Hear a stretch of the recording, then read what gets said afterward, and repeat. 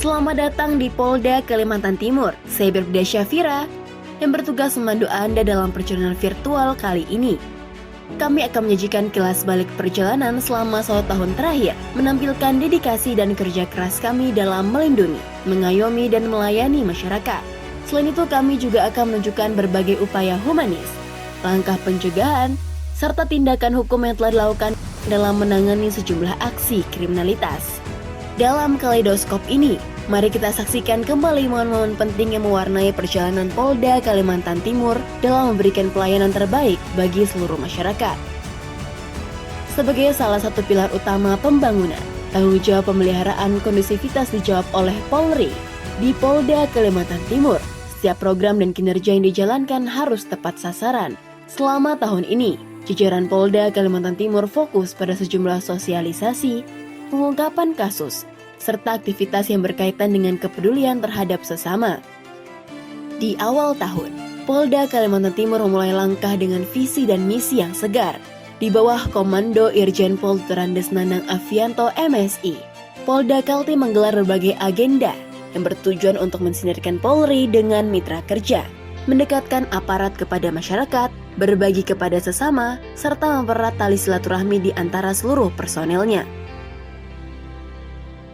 Tahun 2024, Indonesia kembali menghadapi momen penting dalam perjalanan demokrasi. Agenda Pilpres dan Pilkada serentak menjadi ujian besar, tidak hanya bagi rakyat, tetapi juga bagi aparat keamanan. Polda Kaltim memiliki peran strategis dalam menjaga keamanan dan kelancaran pelaksanaan Pilpres dan Pilkada di wilayah Kalimantan Timur. Sebagai ujung tombak pengamanan, Polda Kaltim mengambil langkah-langkah antisipatif dengan membentuk Satgas Ops Mantap Brata Mahakam dan Ops Mantap Praja Mahakam 2024 untuk memastikan proses demokrasi berlangsung dengan aman dan damai, dengan mengedepankan profesionalitas, netralitas, dan sinergi yang kuat. Polda Kaltim berkomitmen untuk menjaga stabilitas keamanan demi mendukung kelangsungan demokrasi dan pembangunan di Kalimantan Timur. Dalam hal pengungkapan selama 1 tahun ini, jajaran Polda Kalimantan Timur mengungkap sebanyak 1.682 kasus narkoba. Ada 2.110 penyalahguna diamankan, tidak kurang dari 4,8 kg ganja, 93,4 kg sabu, 2.805 butir ekstasi, dan 153.832 butir obat daftar G berhasil diamankan.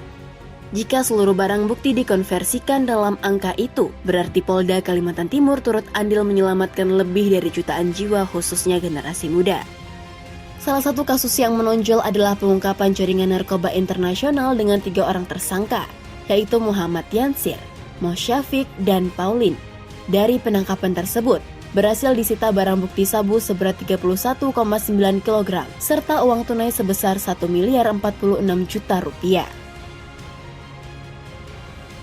Melalui Direktorat Reserse Kriminal Khusus, Polda Kalimantan Timur mencatat peningkatan jumlah kasus tindak pidana ilegal mining yang ditangani sepanjang tahun 2024.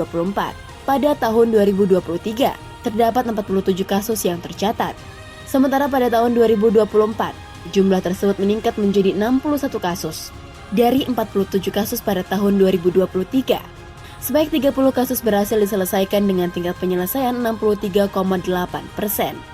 Sementara itu, pada tahun 2024, Polda Kaltim dan jajaran berhasil menyelesaikan 53 kasus dari 61 kasus dengan tingkat penyelesaian mencapai 86,5%, meningkat sebesar 23% dibandingkan tahun sebelumnya.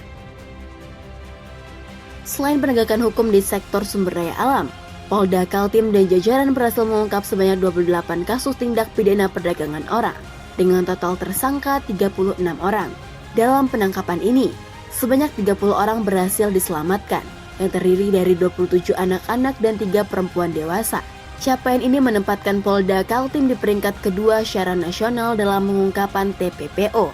Sebagai apresiasi atas keberhasilan tersebut, Polda Kaltim menerima penghargaan dari Kementerian Pemberdayaan Perempuan dan Perlindungan Anak PPPA Republik Indonesia, serta Komnas Perlindungan Anak bekerja sama dengan Tim Reaksi Cepat Perlindungan Perempuan dan Anak. Selanjutnya, Ditpol Airut Polda Kaltim juga berhasil mengungkap kasus yang menyita perhatian publik, adalah terungkapnya upaya penyelundupan 2,2 ton daging babi ilegal di Pelabuhan Semayang, Balikpapan, yang berhasil digagalkan oleh personel Subdit Gakom Ditpol Airut Polda Kaltim.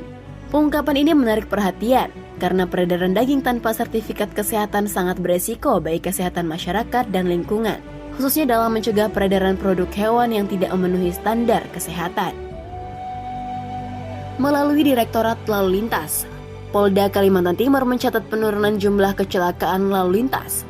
Berdasarkan data angka laka lantas pada tahun 2024, tercatat sebanyak 593 kasus, menurun dibandingkan tahun 2023 yang mencapai 603 kasus.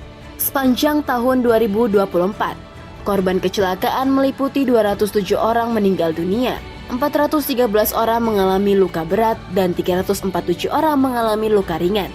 Tingginya angka kecelakaan ini mendorong Ditlantas Polda Kaltim untuk meningkatkan upaya pencegahan, seperti memberikan edukasi kepada masyarakat, melakukan patroli di lokasi rawan kecelakaan, serta menegakkan hukum terhadap pelanggar lalu lintas guna menekan angka kecelakaan di masa mendatang.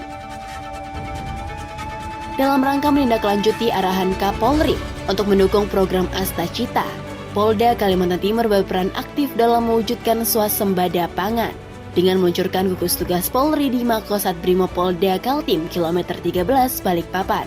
Program ini dilaksanakan di atas lahan seluas 1,5 hektar yang telah ditanami berbagai jenis tanaman seperti palawija, semangka, singkong, kacang tanah, kangkung, dan jagung. Selain itu, program ini juga dilengkapi dengan peternakan yang meliputi 500 ekor bebek dan 10 ekor kambing. Upaya ketahanan pangan ini merupakan bukti nyata komitmen Polda Kaltim dalam menghadapi tantangan ketahanan pangan di Kalimantan Timur.